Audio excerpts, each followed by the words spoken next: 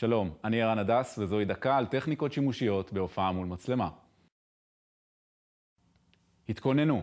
תמיד הכינו את עצמכם. דעו על מה אתם מדברים. הכירו היטב את הנושא. התאמנו מול חברים או מול המראה. אם אתם רציניים לגבי הצלחה, אתם חייבים להיות רציניים לגבי הכנה. ואם לא תתכוננו, תתכוננו לכישלון. זה לא חייב להיות מושלם. כולנו בני אדם ועושים טעויות. עשיתם פדיחה מול קהל או בשידור חי, הייתה לכם פליטת פה. המכשיר הנייד שלכם צלצל לאחר שהפצרתם בכולם לכבות טלפונים. חבקו את הפדיחה, תזרקו בדיחה, תצחקו.